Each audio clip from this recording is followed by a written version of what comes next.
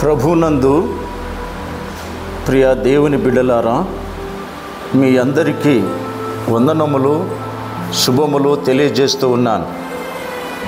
దేవుని మహాకృపను బట్టి కల్వరి ప్రేమ మినిస్ట్రీలో జరుగుతున్నటువంటి ఉపవాస విజ్ఞాపన ప్రార్థనలను బట్టి మేమెంతగానో దేవుని స్తుతిస్తున్నాం. ఈ కల్వరి ప్రేమ మినిస్ట్రీకి మిమ్మల్ని కూడా ఆహ్వానిస్తూ ఉన్నాం. ఈ ప్రార్థనల ద్వారా ఎంతోమంది మేలు పొందినారు, కుటుంబాలు కట్టబడ్డాయి, అపవాద శక్తుల నుంచి విడిపించబడ్డారు. దీనికంతటి కారణం ప్రార్థనని గ్రహిద్దాం. ఈరోజు ప్రార్థన అంశముల గురించి 4 విషయాలు దేవుని వాక్యంలో మనం ధ్యానించుకుందాం.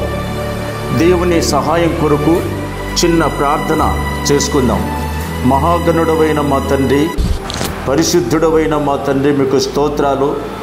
ఈ ఉపవాస విజ్ఞాపనలో తండ్రి, మీరు అనేక మంది జీవితాలు ప్రార్థన ద్వారా ప్రభావితం చేస్తున్నందుకు స్తోత్రాలు తండ్రి. నీ మాటలు ధ్యానిస్తుండగా అవి మా హృదయములకు నెమ్మదిని సంతోషాన్ని కలిగించే రీతిగా సహాయము చేయమని యేసుక్రీస్తు నామములో ప్రార్థించి వేడుకొని పొందినాము తండ్రి, ఆమేన్. ఆమేన్. ప్రియులారా, మొదటి దినవృత్తాంత గ్రంథములు 4వ అధ్యాయం.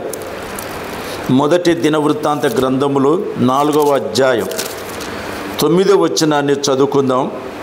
తన సహోదరుల కంటే ఘనము పొందిన వాడై ఉండెను. వేదనపడి అతని తల్లి అతనిని కని వేదనపడి అతని కంటినని అతని తల్లి అతనికి ఎబ్బేజు అను పేరు పెట్టెను. ఎబ్బేజు చాలు ప్రియులారా, ఎబ్బేజు మనము చాలామంది దైవ సేవకులు చెప్తుండగా ఈ మాటలు మనం విన్నాం. ఆయనను మరొకసారి ఎబ్బేజు నుంచి వచ్చినటువంటి 4 విషయాలు, ప్రార్థన విషయాలు వినటం ద్వారా ఎంత మేలు జరుగుతుందో మనము జ్ఞాపకం చేసుకుందాం. ఎబ్బేజును గురించి లేఖనములు ఏమి సెలవిస్తుందంటే, తన సహోదరుల కంటే ఘనము పొందినవాడై ఉండెను, వేదనపడి ఇతని కంటినని అతని తల్లి అతనికి ఎబ్బేజను పేరు పెట్టెను. ప్రియులారా, ఎబ్బేజు వేదన, ఆ మాటకు అర్థం ఏంటంటే వేదనపడి లేక వేదన బాబుని పెట్టుకుందాం ఎబ్బేజు పేరు. ఈ ఎబ్బేజు ఎక్కడ ప్రార్థన చేస్తున్నాడంటే 10వ వచనములో మనకు చెప్తుంది. ఎబ్బేజు ఇశ్రాయేలుల దేవుని గురించి మొరపెట్టి నీవు నన్ను నిశ్చయముగా ఆశీర్వదించి నా సరిహద్దులను విశాలపరిచి నీ చెయ్యి నాకు తోడుగా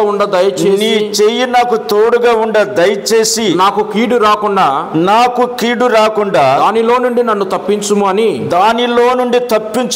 ప్రార్థింపగా దేవుడు అతడు మనవి చేసిన దాన్ని అతనికి దయచేసెను. ప్రియులారా, ఇక్కడ ఎబ్బేజు ఎవరి దగ్గర ప్రార్థన చేస్తున్నాడంటే, ఇశ్రాయేలులో దేవుడు ఉన్నాడు, ఆ సత్యమును గ్రహించినవాడు, అతని అన్నదమ్ముల కంటే ఘనము పొందినవాడు. కారణం ఏమిటంటే, ఎబ్బేజు మొట్టమొదటిగా తన జీవితంలో ఇశ్రాయేలు దేవుని ఎరిగినటువంటి వాడు. ఆ దేవుని సన్నిధిలో ప్రార్థన చేస్తే ప్రార్థన వింటాడని ఎబ్బేజుకు చాలా నమ్మకం. ప్రియులారా, అందుకోసమే ఎబ్బేజు 4 విషయాలను గురించి దేవుని సన్నిధిలో ప్రార్థన చేసినాడు. ప్రియ దేవుని బిడ్డలారా, ఎబ్బేజు చేసిన 4 ప్రార్థనలు చాలా ప్రాముఖ్యమైనవని గ్రహిద్దామా? ఎబ్బేజు చేసిన ప్రార్థనలో వ్యర్థమైనటువంటి మాటలు ఏం కనపడవు. చాలా వరకు మనం దీర్ఘకాలపు ప్రార్థనలు చేస్తూ ఉంటాం. దేవుడు మన ప్రార్థనలు విని మనకేదో సహాయం చేస్తాడని మనం ఆలోచన చేస్తూ ఉంటాం. ఒక విషయం మనం గుర్తుంచుకుందాం, మనం అడగక మునిపే మన అక్కర్లన్నీ దేవునికి తెలుసని జ్ఞాపకం చేసుకుందాం. ఎబ్బేజు వ్యర్థమైన ప్రార్థన చేయలేదు. ప్రాముఖ్యమైన విషయాలు దేవుని సన్నిధులు అనగా ఇశ్రాయేలు దేవుని ఎదుట ఆయన ప్రార్థన చేసినాడు. మొదటి ప్రార్థన, నన్ను ఆశీర్వదించమన్నాడు. దేవుడు విన్నాడు. రెండవ ప్రార్థన, నా సరిహద్దు విశాలపరచమన్నాడు. దేవుడు విన్నాడు. మూడో ప్రార్థన, నీవు నాకు తోడుగా ఉండమన్నాడు. దేవుడు విన్నాడు. 4వ ప్రార్థన, కీడు నుండి నన్ను తప్పించుము అన్నాడు. ఈ 4 ప్రార్థనలు, ఎబ్బేజు చేసిన 4 ప్రార్థనలు దేవుడు అంగీకరించినాడు.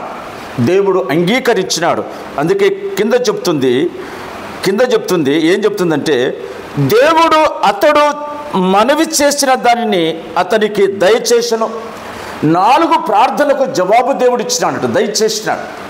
ఎబ్బేజు చేసిన ప్రార్థనలు దేవుడు విన్నాడు. ప్రియులారా, దేవుని సన్నిధిలో ప్రార్థిస్తున్నప్పుడు మన హృదయం ముఖ్యం, మన మనస్సు ముఖ్యం.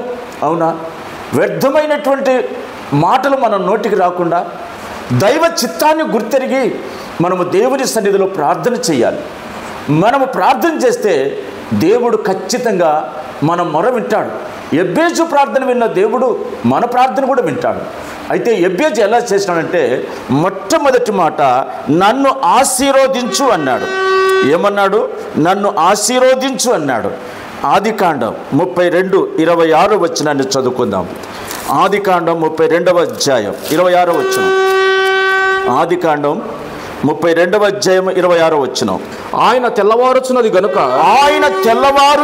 గనుక నన్ను పోనిమ్మన అనగా అతడు నీవు నన్ను ఆశీర్వదించితేనే గాని నిన్ను పోనీయనను. దేవునికి స్తోత్రం కలుగును గాక. ప్రియులారా, యాకోబు ఎబ్బారేవు దగ్గర ప్రార్థన చేస్తూ ఉన్నాడు. ఎట్లా కనపడుతుంది మనకంటే, యాకోబు మగసిరి కలిగిన వాడై దూతలతో పోరాటం చేసి గెలిచనని హోషేయ 12:4 చెప్తున్నటువంటి మాట. యాకోబు ప్రార్థన చేస్తుంటే దేవుడు అతనికి ప్రత్యక్షమైనాడు. యాకోబు తెల్లవారుస్తుంది నన్ను పోనిమన్నప్పుడు యాకోబు అన్నాడు, అట్లా కుదరదయ్యా, నువ్వు నన్ను ఆశీర్వదిస్తేనే తప్ప నిన్ను పోనీయనన్నాడు. ఎంత మంచి మాట ప్రియులారా. అందుకోసమే ఎబ్బేజు తన మనసులో మాట, మొట్టమొదటి మాట, నన్ను ఆశీర్వదించు అన్నాడు.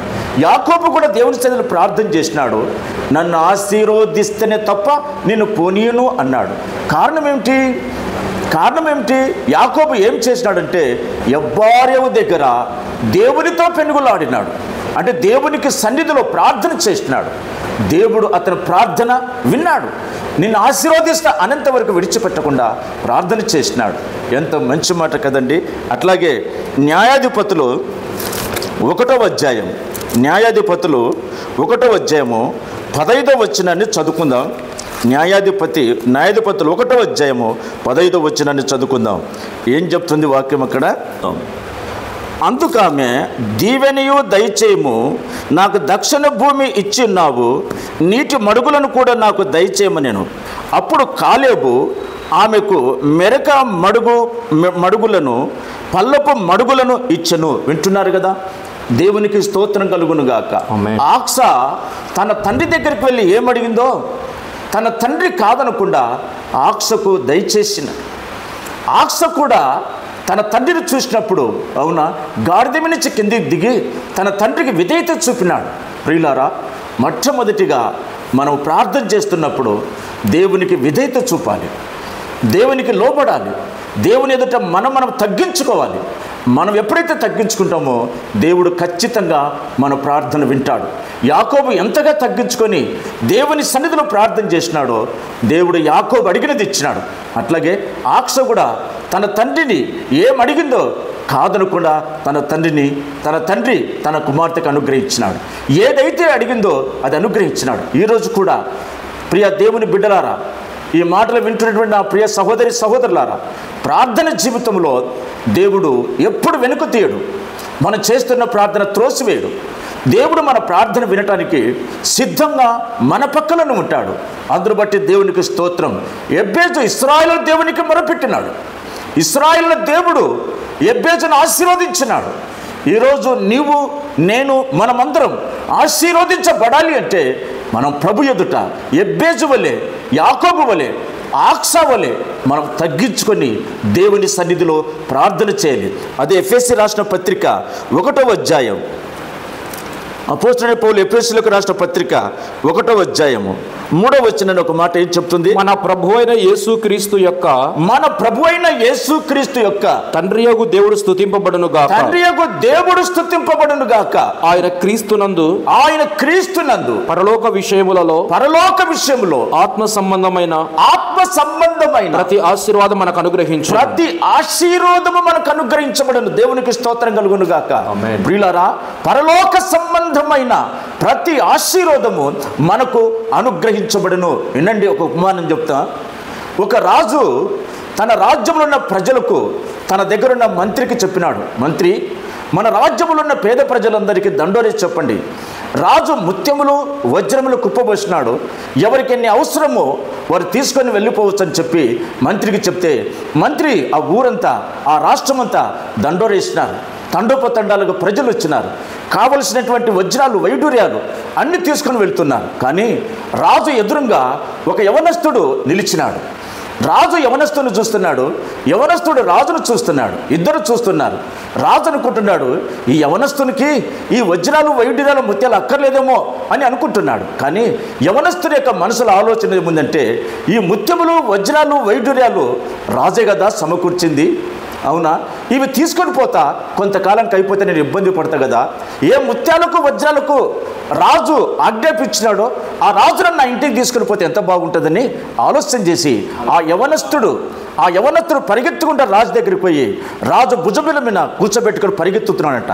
రాజు అడుగుతున్నాడు, రే యవనస్తుడా, ఎక్కడికి పరిగెత్తుతున్నామంటే, ఆగు రాజా మా ఇంట్లోకి రండి రాజు అని చెప్పి ఒక కొట్టమండి, చుట్టూ తడికలు కూడా సరిగా లేవు, పైన కప్పు కూడా సరిగా లేదు.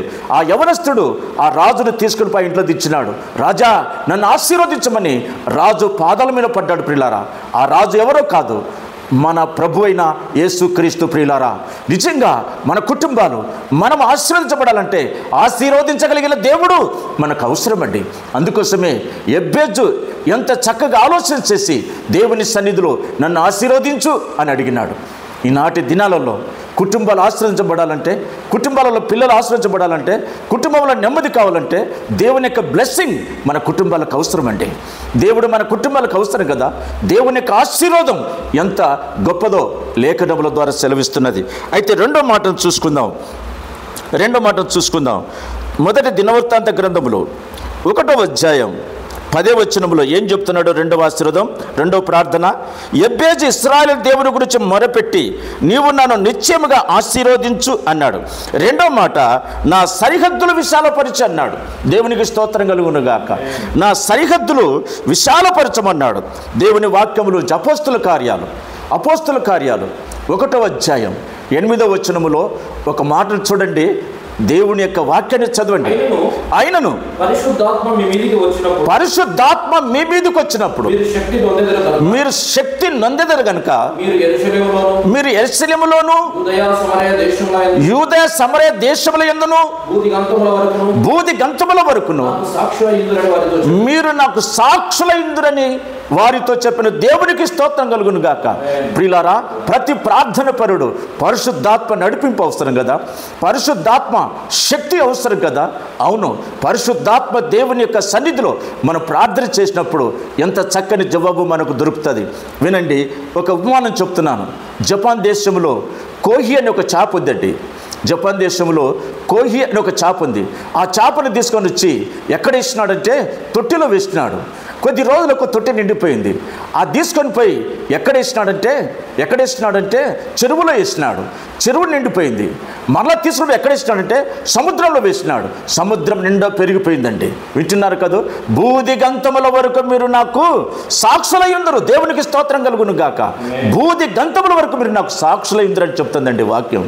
ప్రియులారా, క్రైస్తవులారా, దేవుని ప్రజలారా, దండం పెట్టి చెప్తున్నాను, పరిశుద్ధాత్మ చేత నింపబడిన వ్యక్తులు ప్రార్థన చేస్తే యాకోబు వలె పరలోకము దిగివచ్చినట్లుగా ఉంది కదూ. ఎబ్బేజు యొక్క ప్రార్థన ఎంత గొప్పదో కదూ. నా సరిహద్దుల విశాలపరచమన్నాడు. ఈరోజు మన భక్తి జీవితం దేవునికి ఎట్లా కనపడాలో తెలిసిన బూది గంతముల వరకు మనం దేవునికి సాక్షులమై ఉండాలి. అర్థమవుతుంది కదా దేవుని ప్రజలారా? మన బూది గంతముల వరకు దేవునికి ఒక మంచి విట్నెస్, ఒక మంచి సాక్షులుగా మనం జీవించాలి. అందుకోసం ఎబ్బేజు నా సరిహద్దులను విశాలపరచమన్నాడు కదా. దేవుడు సరిహద్దులను విశాలపరిచినాడు. అందుకే 61వ కీర్తన మొదటి వచనం ఒక మాట చెప్తుంది.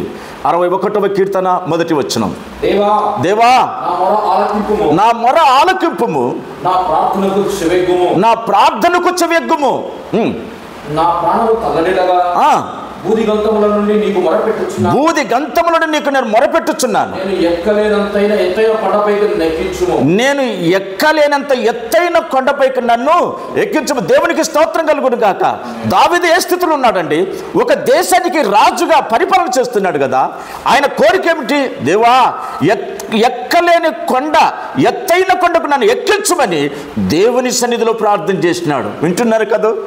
దేశానికి రాజైన అంతటితో ఆగకుండా దేవుని సన్నిధిలో తాను చేసినటువంటి ప్రార్థన ఏంటంటే, దేవా ఎక్కలేని కొండపైకి నన్ను ఎక్కించు ప్రభువా, ఎక్కించు ప్రభువా. ఎంత గొప్ప ప్రార్థన చేసినాడు కదా. ఎక్కలేని కొండపైకి ఎక్కించు ప్రభు అంటే ఆ ప్రార్థన వినే దేవుడు, సామర్థ్యం కలిగిన దేవుడు దావీదు ప్రార్థనకు జవాబు కూడా ఇచ్చేసినాడు. దా సరిహద్దుల విశాలపరచుము. ఆశ్చర్యకరమైన సంగతి ఒకటి చెప్తున్నాను. ఆదికాండంలో చూడండి 15వ అధ్యాయం, ఆదికాండం 15వ అధ్యాయం 5వ వచనం చూడండి. ఇది ఎంత గొప్ప వాక్యము మనకు కనపడుతుంది. మరియు ఆయన వెలుపలికి అతన్ని తీసుకుని వచ్చి ఆకాశం వైపు తేరి చూచి నక్షత్రములు లెక్కించుటకు నీ చేతనైతే లెక్కించమని చెప్పి నీ సంతానం అలాగున ఉండునని అబ్రహాముతో దేవుడు చెప్పినాడు. వింటున్నారండి? నీ సంతానం ఇసుకరేణువంత విస్తారంగా అవుతుంది అన్నాడు దేవుడు. అప్పటికే వారి వయసు 99 సంవత్సరాలు, శారా వయసు 75 సంవత్సరాల వయసులో దేవుడు 15వ అధ్యాయంలో అబ్రహాం మాట్లాడుతున్నాడండి. అవునా, పగటిపూట బేటి తీసుకొని వస్తాడు, ఇసుక నెంచమంటాడు. రాత్రిపూట బేటి తీసుకొని వస్తాడు, ఆ గుడారముల నుంచి ఆకాశం పైన నక్షత్రములు చుక్కలు ఎంచమంటాడు. ఎంచగలడా? ఎంచలేడు కదండి. మనం ఎంచుతామా? ఇసుకని ఎంచుతామా? చుక్కలు ఎంచుతామా? ఎంచలేం కదా. అబ్రహాము జీవితంలో దేవుడు ఎంతగా బ్లెస్సింగ్, సరిహద్దులు విశాలపరుచున్నాడు. ఇసుకరేణువులంత సంతానం నీకు ఇస్తానన్న దేవుడు వాగ్దానం చేసినాడు అబ్రహాంతో. నెరవేరలేదా? నెరవేరింది కదండి. దేవుడు తాను చేసిన నిబంధన లేక దేవుడు తాను చేసిన వాగ్దానం నెరవేరింది కదా, నెరవేరింది కదా. అందుకోసమే ఎబ్బేజు అనాలోచనగా దేవుని సన్నిధిలో ప్రార్థన చేయలేదు, వ్యర్థమైన వాటిని అడగలేదు. ఏది అవసరమో, ఏది ప్రాముఖ్యమో అది ఎబ్బేజు దేవుని సన్నిధిలో అడగటం ప్రారంభించినాడు. అబ్రహాముతో దేవుడు చేసిన వాగ్దానం నెరవేర్చినాడు. ప్రియులారా, దేవుడు నమ్మదగినవాడు కాదు, ఆయన నమ్మదగినవాడు. ఆయన సన్నిధిలో ప్రార్థన చేస్తే దేవుడు ప్రార్థనకు ప్రతిఫలం ఇస్తాడు. దేవునికి స్తోత్రం కలుగును గాక. మూడవ మాటకి వెళ్దాం. నీ చెయ్యి నాకు తోడుగా ఉండ దయచేయమని ప్రార్థన చేసినాడు. నీవు నాకు తోడుగా ఉండు అన్నాడు. ఎంత మంచి మాట కదండి. దేవుడు మనకు తోడు కదా.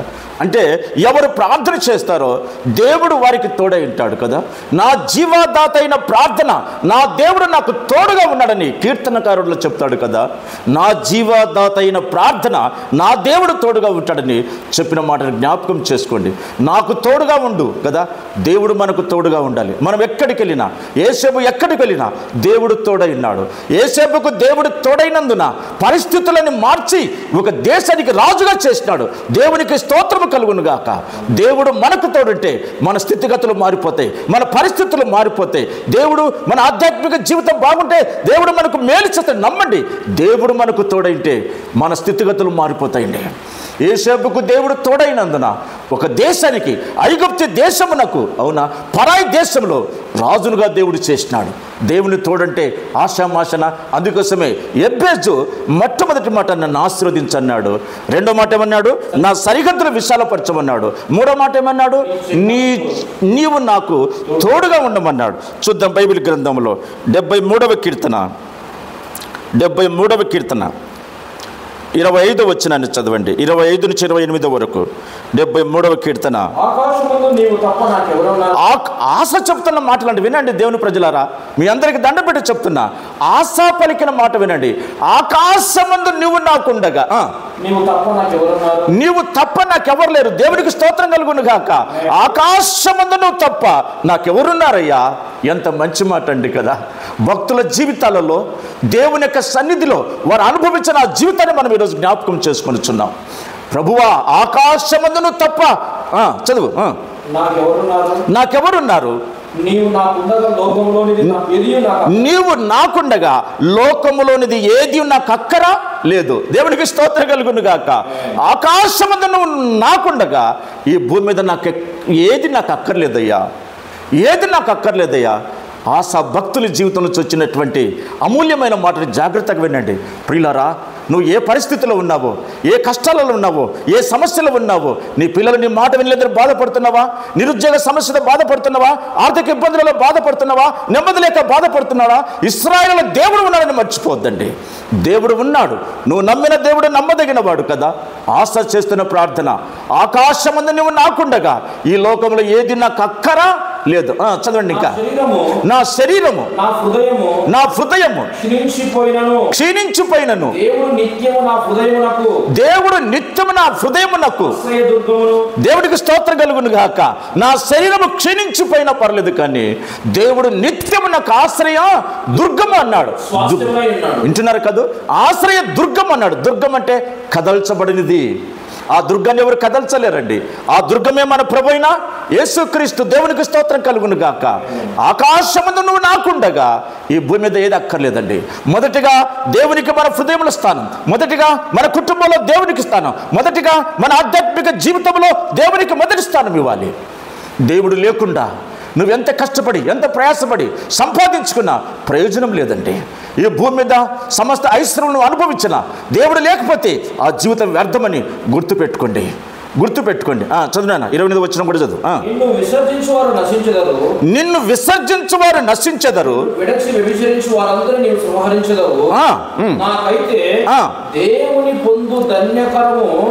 నాకైతే దేవుని పొందు ధన్యకరము నీ సర్వ కార్యములను తెలియజేయనట్లు. దేవునికి స్తోత్రం.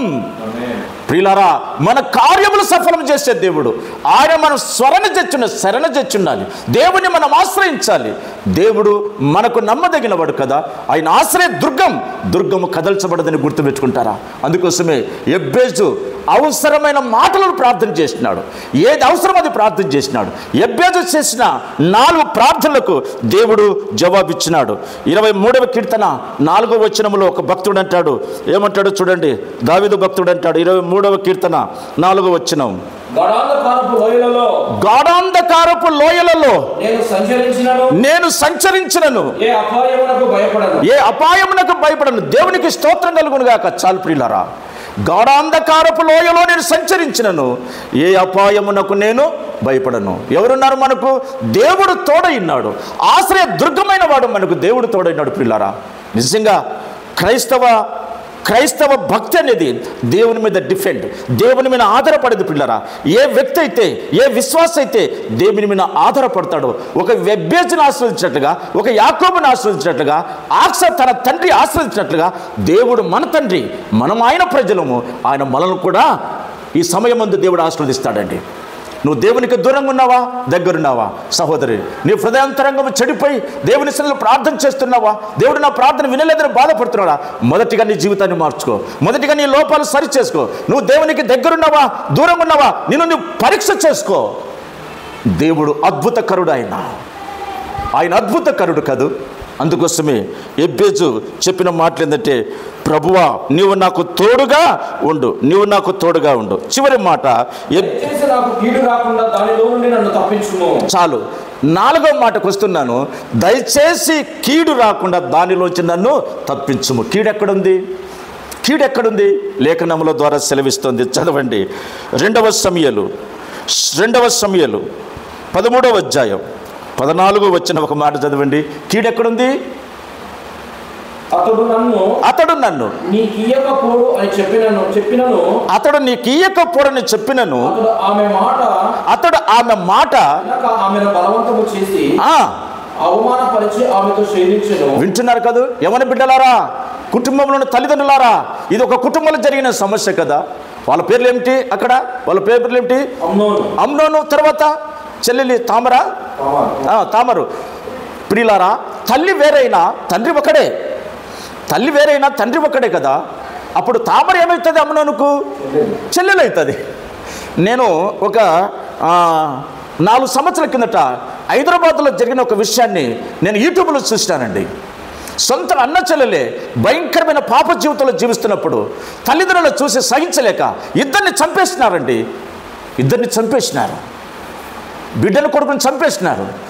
ఆ పరిస్థితి చూడలేక ఇద్దరిని చంపేసినారు. వాళ్ళ తల్లిదండ్రులు ఇద్దరు జైలుకి వెళ్ళినారు. సహోదరులారా, తల్లిదండ్రులారా, కుటుంబములారా, ఈ మాట ఆలోచించండి. నేటి సమాజంలో మన కుటుంబాలు ఎట్లున్నాయి? మన కుటుంబాల యవనస్తుల జీవితాలు ఎట్లున్నాయి? మన బిడ్డ ఎట్లా ప్రవర్తిస్తుంది? మన కుమారుడు ఎలాగో ప్రవర్తిస్తున్నారు? అసలు వీరికి జీవిత విధానం ఉంది. తల్లిదండ్రులుగా వారి గురించి పట్టించుకోండి. కీడు బయట లేదు, కీడు ఇంట్లో ఉందండి. కీడు ఇంట్లో ఉంది కదా. అమ్నోను సొంత అన్న ప్రియులారా, దావీదుకు పెద్ద కుమారుడు కదా. అవును, తల్లులు వేరైనా ఒకటే తండ్రి ప్రియులారా. తామను పిలిపించి ఆమెను భంగం చేసినాడు, ఆమెను పాడు చేసినాడు కదా. ఎక్కడో కీడుంది అనుకుంటున్నారేమో. జాగ్రత్తగా మన ఇంట్లోనే ఎవరి బిడ్డలను, మన ఇంట్లోనే ఎవరికోళ్ళు పసిగట్టండి. మన పిల్లలు ఎలాగో ప్రవర్తిస్తున్నారో, నిజంగా మన పిల్లల్లో భక్తి ఉందా? మన పిల్లల్లో ప్రార్థన ఉందా? మన కుటుంబంలో వాక్యం ఉందా? మన కుటుంబంలో దేవుని సన్నిధి ఉందా? ఒక్కసారి మీరు పరీక్ష చేసుకోవాలని ప్రేమతో మనవి చేస్తున్నా. ఈ కల్వరి ప్రేమ మినిస్ట్రీ ద్వారా, ఈ మాటల ద్వారా ఎంతోమంది ఆదరించబడ్డారని కూడా నేను మీకు తెలియజేస్తూ ఉన్నాను. చూడండి, కీడు ఎక్కడుందంటే ఇంట్లో ఉంది. సొంత అన్న, సొంత చెల్లెలి ఎంత భయంకరమైన పరిస్థితికి దిగజారిపోయినారో. అందుకోసమే ఎబ్బేజు ప్రాముఖ్యమైన విషయాలు. ప్రభువా, నా కుటుంబానికి కీడు రాకుండా తప్పించు, కీడు రాకుండా తప్పించు. ఇది గొప్ప మాట అండి. అందుకోసమే ఎబ్బేజు చేసిన 4 ప్రార్థనలు దేవుడు ఆలకించినాడు. దేవుడు ఆలకించి 4 ప్రార్థనలకు జవాబిచ్చినాడండి. క్రైస్తవ కుటుంబంలో ఉన్న బిడ్డలారా, మీ కుటుంబంలో మీ బిడ్డలు యవనస్తులు, మీ కుటుంబంలో యవనస్తు కుమారులు జాగ్రత్తగా పరిశీలన చేయండి. కీడు బయట లేదు, కీడు ఇంట్లో దాగింది. కీడు ఇంట్లో దాగింది కదా. అవును, భయంకరమైన మాటలు మనం వినగలుగుతున్నాం. గత పాత నిబంధనలు జరిగిన విషయాలు ఈరోజు ఇప్పుడు జనరేషన్లో ఇవి జరుగుతున్నాయి. అనేక మంది యవనస్తులు పాడైపోతున్నారు. నేను దండం పెట్టి చెప్తున్నాను, అమ్మాయ్యా, మా క్రైస్తవ కుటుంబంలో పుట్టిన యవన బిడ్డలారా, యవన కుమారులారా, ఇటువంటి పరిస్థితులకు మీరు రాకూడదు. దండం పెట్టి చెప్తున్నా, ఇటువంటి పరిస్థితులకు మీరు రాకూడదు. దేవుని యందు భయభక్తులు కలిగి ఉండండి.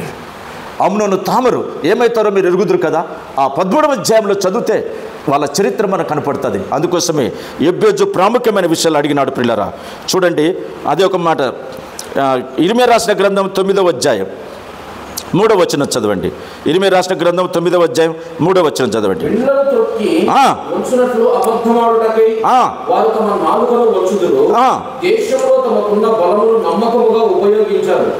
నన్ను ఎరగక కీడు వెంట కీడు ప్రవర్తించుచున్నారు. కీడు ఎక్కడో లేదండి, ఇంట్లోనే ఉంది. ఇంటిలో ఉంది కదా, ఇంటిలోనే దాగుతుంది.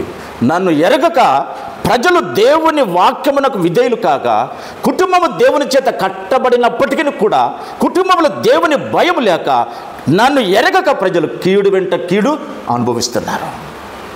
అందుకే ఎబ్బేజు 4 ప్రార్థనలు చాలా ప్రాముఖ్యమైనవి.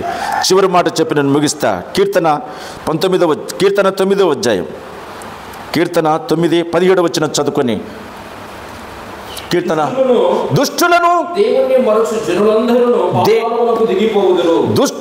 దేవుని మరచు జనులందరూ పాతాళమునకు దిగిపోతారు. ఎక్కడ దిగిపోతారండి? దేవుని మరిచిన జనులు. ఎవరు దేవుని మరిచిన జనులు? ఎవరండి దేవుని మరిచిన? దుష్టులు ఎవరు? దేవుని మరిచిన ప్రజలు ఎవరంటే, దేవుని మరిచిన ప్రజలు క్రైస్తవులే. ఆదివారం మందిరానికి పోం, దేవుని సన్నిధిలో ప్రార్థన చేయం, దేవుని ఆరాధించం, పని ఉంటే పనికి వెళ్ళిపోతాం, దేవుని విడిచిపెడతాం. అవునా? 4 రోజులు బతికి ఈ లోకంలో ఈ శరీర అవసరతల కొరకు దేవుని విడిచిపెట్టిపోయి క్రైస్తవులారా, ఈరోజు గుర్తుపెట్టుకోండి, దుష్టులను దేవుని మరుచు జనులందరూ పాతాళమునకు దిగిపోతారు. ఎక్కడికి దిగిపోతారు? పాతాళమునకు దిగిపోతారు. ప్రియ దేవుని బిడ్డలారా, ఈరోజు ఈ వాక్య సందేశం, ఈరోజు ఈ 4 మాటలు దేవుడు నీ కొరకే. మొదటి మాట ఎబ్బేజు ఏం చేసినాడు? నన్ను ఆశీర్వదించు అన్నాడు. రెండో మాట ఏమన్నాడు? నా సరిహద్దులు విశాలపరచమన్నాడు. మూడో మాట ఏమన్నాడు? నాకు తోడుగా ఉండమన్నాడు. నాలుగో మాట ఏమన్నాడు? కీడు నుండి నన్ను తప్పించు. ఈ 4 ప్రార్థనల సారాంశం గొప్పది ప్రియులారా. అమ్మ, అయ్యా, క్రైస్తవ దేవుని ప్రజలారా, దండం పెట్టి చెప్తున్నాను, ఇదిగో ఈ 4 ప్రార్థనలు ఈరోజు మీరు వింటిగినా నిజంగా మీ జీవితంలో మార్పు వస్తుంది. మీ యవన బిడ్డలలో మార్పు వస్తుంది. కుటుంబాలు కట్టబడతాయి. మీ కుటుంబంలో శాపం తొలగిపోతుంది. ఇంతకాలము దేవుని నమ్ముకొని బాధను అనుభవించి శ్రమలలో ఇబ్బంది పాలైనారా? ఈ 4 ప్రార్థనలు దేవుని సన్నిధిలో ఎబ్బేజు వలె చేయండి. మీ కుటుంబాలు కట్టబడతాయి. ఈరోజు మీ జీవితంలో దేవుడు ఒక కార్యం చేయబోతున్నాడు. ఈరోజు దేవుడు మీ కుటుంబంలో ఒక అద్భుతాన్ని జరిగించబోతున్నాడు. ఈరోజు దేవుడు మీ కుటుంబాన్ని ఆశీర్వదించబోతున్నాడు. వింటున్నారు కదూ? ఎబ్బేజు 4 ప్రార్థనలు, వ్యర్థమైన మాటలు ఎక్కడ లేవండి. ప్రతి మాటకు దేవుడు జవాబిచ్చినాడు. దేవునికి ఇష్టమైంది. ఎబ్బేజు చేసిన 4 ప్రార్థనలు దేవునికి ఇష్టమైంది. దేవుని యొక్క బ్లెస్సింగ్ ఎబ్బేజు మీదకి దిగింది. దేవునికి స్తోత్రం కలుగును గాక. 4 మాటలు ఎబ్బేజు మీదకి దిగిచ్చినాడు. దేవుడు సాయం చేసినాడు. ప్రియులారా, ఈ భూమి మీద మన మనుగడ సాగాలన్నా, మన కుటుంబం బాగుండాలన్నా, మన పిల్లలు బాగుండాలన్నా, మన నెమ్మదిగా ఉండాలంటే ఒకే ఒక ఆయుధము ప్రార్థన. ప్రార్థన తప్ప ఇంకేం లేదంటే ప్రార్థనే. ఈరోజు కుటుంబంలో ప్రార్థన లేక, ఈరోజు మన పిల్లలు చెడిపోతున్నారు. అవునా? ఆనాడు అబ్రహాము బలిపీఠాలు కట్టి కుటుంబంలో ప్రార్థన మొదలుపెట్టినాడు. ఈరోజు మన కుటుంబంలో ప్రార్థన లేవు. దాని స్థానంలో ఎల్ఈడి టీవీలు వచ్చేసినాయి. పెద్ద స్క్రీన్ కాదు, అవును, పెద్ద స్క్రీన్ ఎల్ఈడి టీవీలు వచ్చేసినాయి. ప్రార్థన లేదు, దేవుని భయం లేదు. పేరుకు మాత్రమే క్రైస్తవులే కానీ వాక్యానుసారమైన జీవితం లేదు. దేవునికి భయపడే పరిస్థితి లేదు. అందుకే మన కుటుంబంలో సమాధానం లేదు, నెమ్మది లేదు. గుర్తుపెట్టుకోండి. ఒకరోజు నేను మధ్యరాత్రి పండుకొని నిద్రపోతుంటే నాకు తెలిసి నాకు ఫోన్ చేసింది. నేను ఉలిక్కపడ్డా. ఏం జరిగింది? మధ్యరాత్రి ఫోన్ వచ్చింది. అక్క ఏడుస్తుంది. అక్క ఏం జరిగింది? అన్నా, పాప కాలేజీకి పోయి ఇంటికి రాలేదన్నా.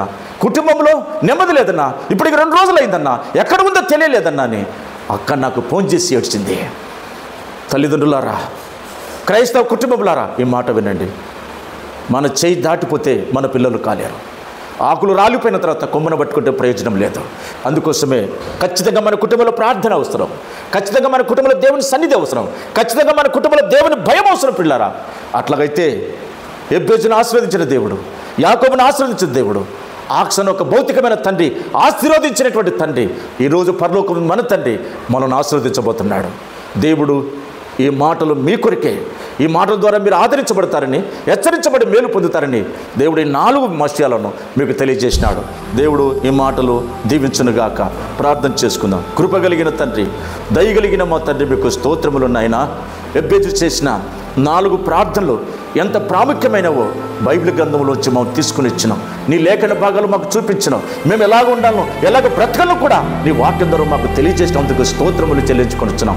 తండ్రి, ఈ మాటలు వింటున్నటువంటి, ఈ 4 ప్రార్థన అంశాలు వింటున్నటువంటి ప్రతి బిడ్డను, ప్రతి కుటుంబాన్ని, ప్రతి యవనస్తురాలు మీరు బ్లెస్సింగ్ ఇవ్వండి, ఆశీర్వదించమని ప్రార్థన. కీడు ఎక్కడుందంటే ఇంట్లో దాగిందని కూడా లేఖనాల ద్వారా తెలియజేసినందుకే స్తోత్రాలు చెల్లించుకొచ్చున్నాం. తండ్రి, ఈ వాక్య భాగముల ద్వారా అనేక మంది జీవితాలు కట్టబడినట్లుగా, అనేక కుటుంబాల శాపం తొలగిపోయినట్లుగా, అనేక కుటుంబాల అశాంతాలతో తొలగిపోయినట్లుగా, అనేక కుటుంబాలకు మీ సమాధానం కలుగునట్లుగా సహాయం చేయమని ప్రార్థన. కృపగలిగిన తండ్రి, మీకు స్తోత్రాలు. నాయనా, ఎబ్బేజు చేసిన ప్రార్థన ప్రతి కుటుంబంలో, ప్రతి యవనస్తునిలో, ప్రతి యవనస్తురాలు, ప్రతి తల్లిదండ్రుల్లో ఈ 4 ప్రార్థన స్థిరపరిచి బలపరచమని యేసుక్రీస్తు నామములో ప్రార్థించి వేడుకొని పొందినాము తండ్రి. ఆమేన్. మన తండ్రి అయిన దేవుని ప్రేమ, కుమారుడైన యేసుక్రీస్తు కృప, పరిశుద్ధాత్మన్య సహవాసం ఇది మొదలుకొని ప్రభు రాకడ వరకు ఈ భూమి మీద నిలుచున్న మన కుటుంబాలను దేవుడు ఆశీర్వదించునుగాక. ఆమేన్.